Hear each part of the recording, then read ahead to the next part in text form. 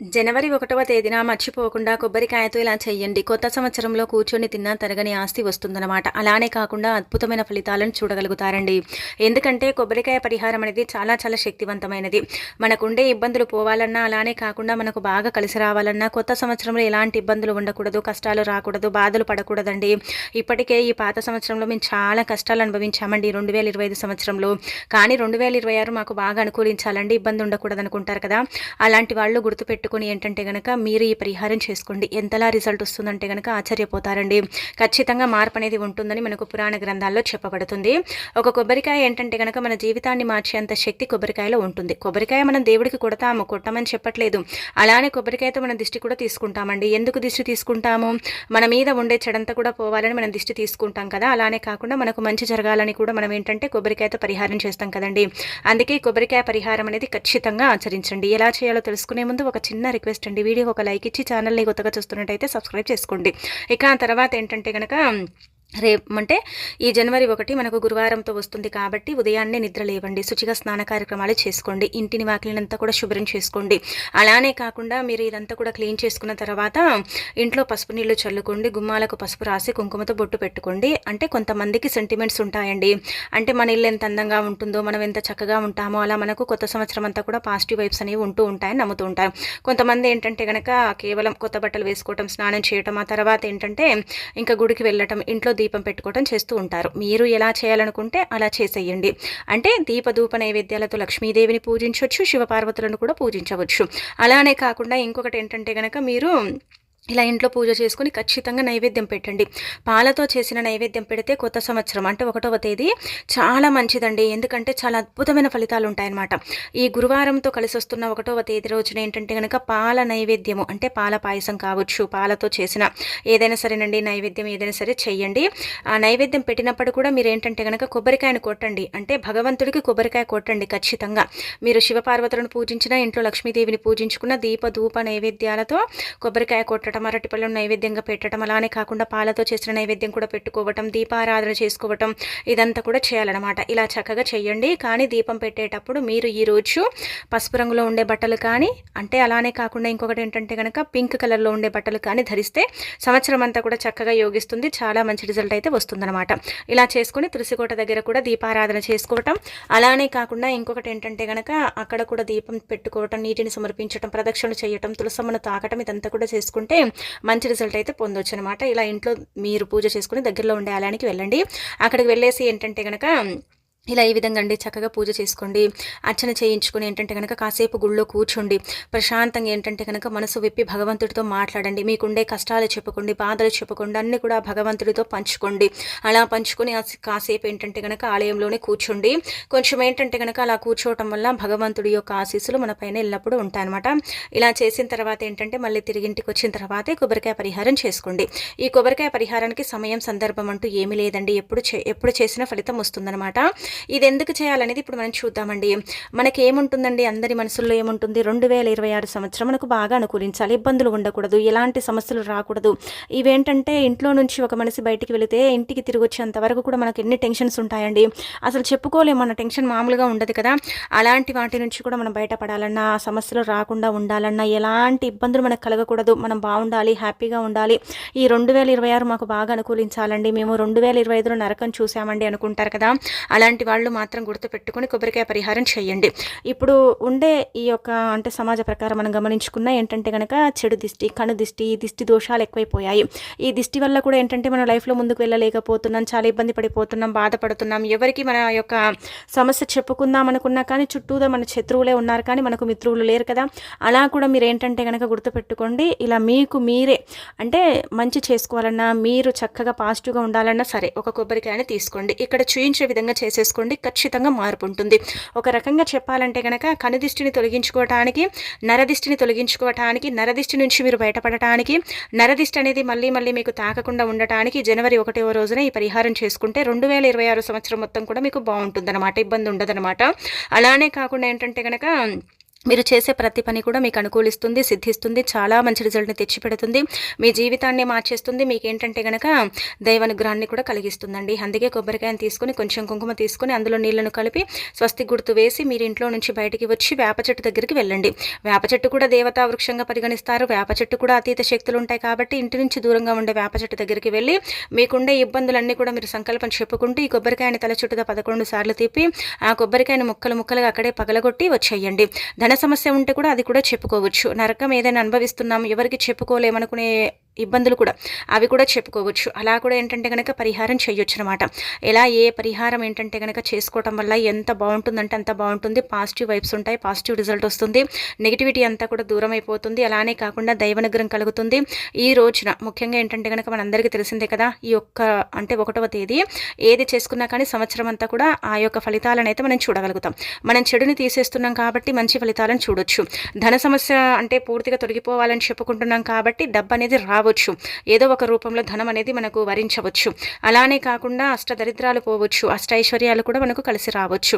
ఇలా మన చేతిలో ఉండదు కాబట్టి చిన్న చిన్న పరిహారాలు చేసుకొని మనం చెడుని తొలగించుకొని మంచిని తెచ్చిపెట్టుకొని సంవత్సరం అంతా కూడా సుఖ సంతోషాలతో హ్యాపీగా ఉండటానికి ఈ పరిహారం అనేది పనిచేస్తుంది. కాబట్టి కొబ్బరికాయే కదా అనుకోకండి, కొబ్బరికాయ వల్ల కూడా మంచి ఫలితాలు ఉంటాయి. మన జీవితం మారుతుంది, మనకుండే నెగిటివిటీ పోతుంది, మనకేంటంటే ప్రశాంతమైన జీవితము, ప్రశాంతమైన వాతావరణం అనేది కలిగి ఉండటానికి కూడా ఈ కొబ్బరికాయ పరిహారం అనేది అనుకూలిస్తుందని పురాణ గ్రంథాల్లో చెప్పబడుతుందన్నమాట.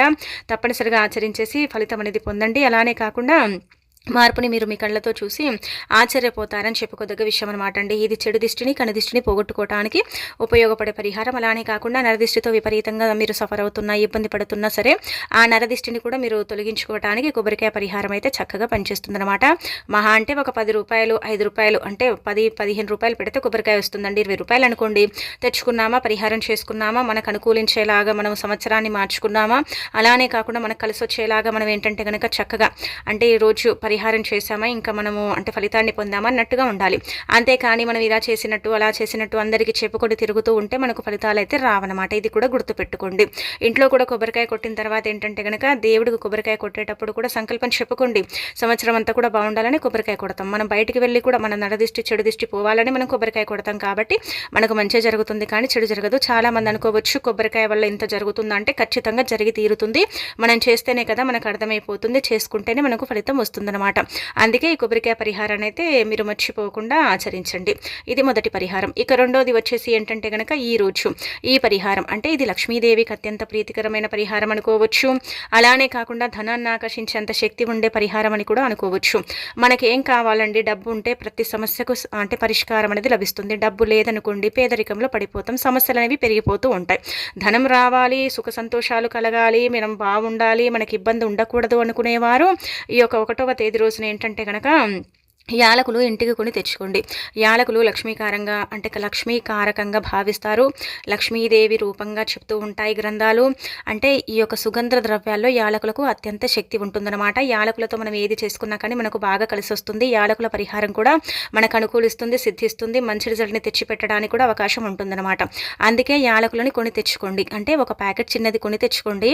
ఇలా తెచ్చుకున్న తర్వాత దీపం పెడితే ఆ దీపంలో యాలక్కాయని వేసి పెట్టుకోండి, మంచి జరుగుతుంది. ధనం 4 వైపుల నుంచి కూడా ఆకర్షించాలంటే యాలక్కాయని వేసి పెట్టండి. ఇక ఆ తర్వాత ఇంకొకటి ఏంటంటే కనుక యాలకులతో ఇప్పుడు చెప్పే విధంగా చిన్న చిన్న పరిహారాలు చేసుకోండి.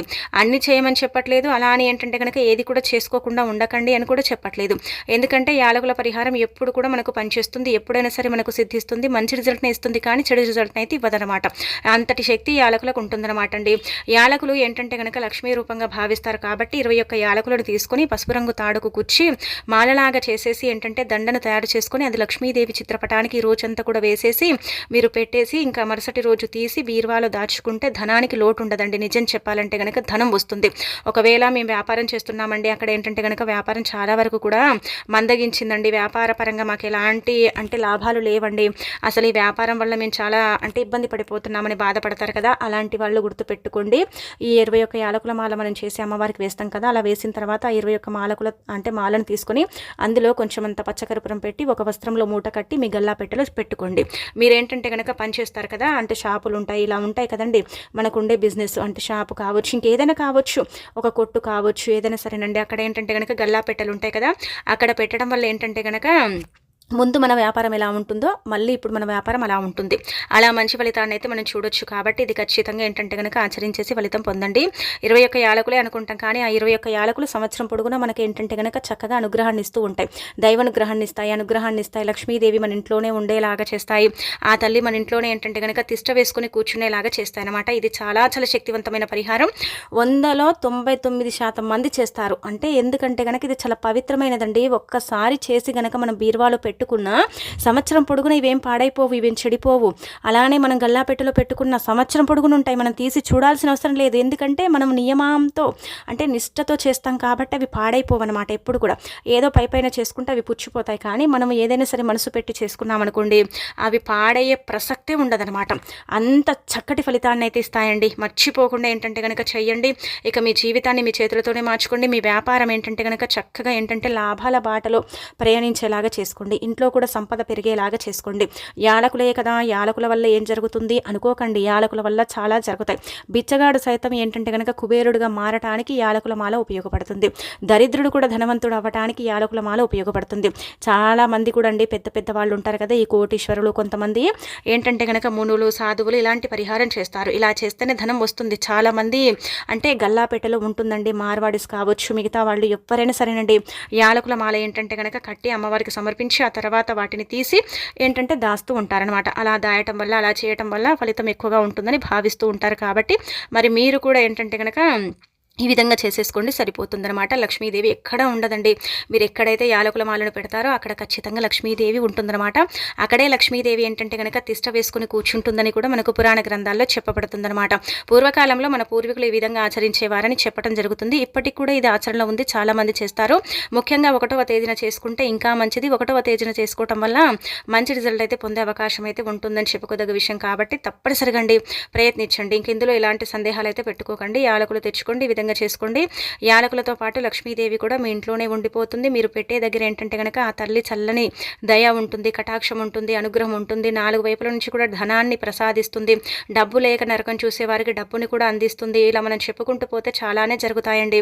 మనం చేస్తేనే మనకు ఫలితాలు అనేవి వస్తాయని పురాణ గ్రంథాల్లో చెప్పబడుతుంది అనమాట. కాబట్టి పరిపూర్ణ నమ్మకంతో చేయండి, చేసేసి రిజల్ట్ అనేది పొందండి. సంవత్సరం అంతా కూడా చక్కగా కలిసి వచ్చేలాగా చేసుకోండి. ధనానికి ధాన్యానికి లోటు లేకుండా చేసుకోవటానికి కూడా ఈ పరిహారం ఉపయోగపడుతుంది. అలానే దైవానుగ్రహానికి కూడా లోటు లేకుండా ఉండటానికి కూడా ఈ పరిహారం అనేది మనకు పనిచేస్తుందన్నమాట. అలా ఏంటంటే కనుక ఈ యాలకుల పరిహారం అనేది మనకు ఖచ్చితంగా సిద్ధించడానికి అవకాశం అనేది ఉంటుందన్నమాట అండి. కాబట్టి ఇలా ప్రయత్నించేసి ఫలితం పొందండి. ఇక ఆ తర్వాత ఈ 1వ తేదీ రోజున కొన్ని నియమాలను పాటించండి. ఈ రోజున ఏంటంటే కనుక తలకు నూనె రాయటం ఇలాంటివి చేయకూడదు. జుట్టు కూడా కత్తిరించుకోకూడదు. ఎందుకంటే సంవత్సరం అంతా కూడా మనకు కష్టాలు తప్పవన్నమాట. తలకు నూనె రాయకండి, తల స్నానం చేయండి. అలానే స్నానం చేస్తారు కదా, ఆ స్నానం చేసే నీటిలో పసుపుని కలుపుకొని చేయండి, మంచిదనమాట. ఇక అనంతరం ఇంకొకటి ఏంటంటే కనుక ఉతికిన వస్త్రాలు ధరించండి. పసుపు రంగు దుస్తువులు ఉంటే అవే ధరించండి, లేకపోతే ఎరుపు రంగు దుస్తువులైనా సరే ధరించవచ్చు. ఖచ్చితంగా గుడికి వెళ్ళండి. అలానే కాకుండా ఆవు కూడా ఆహారం తినిపించండి. అంటే నార్మల్గా ఏంటంటే కనుక గోమాతకు ఆహారం పెడితే చాలా మంచిదండి, చాలా అద్భుతమైన ఫలితాలు వస్తాయని మనకు పురాణ గ్రంథాల్లో చెప్పబడుతుంది. కాబట్టి ఆవుకు బెల్లంతో కూడిన ఆహారం కానీ, లేదంటే కనుక కూరగాయలు ఉంటాయి కదా, ఈ టమాటాలు, వంకాయలు, దోసకాయలు ఉంటాయి కదా, అవి కూడా పెట్టుకోవచ్చు అనమాట. కీర, క్యారెట్ కూడా పెట్టొచ్చు. ఆవుని పూజించడం కూడా మీరు మర్చిపోకండి. ఆవు కూడా ఏంటంటే కనుక గాసం తినిపించండి. అలా పెట్టడం వల్ల కూడా మంచిది. 1వ తేదీ రోజున ఆవుని నుదుటి భాగాన తాకితే లక్ష్మీదేవి అనుగ్రహం తొందరగా కలుగుతుందని పురాణ గ్రంథాల్లో చెప్పబడుతుంది. ఆవు చుట్టూ ప్రదక్షిణలు చేస్తే సర్వ దరిద్రాలు పోతాయని కూడా మనకు శాస్త్రాల్లో చెప్పబడుతుంది. కాబట్టి చెయ్యండి ఖచ్చితంగా.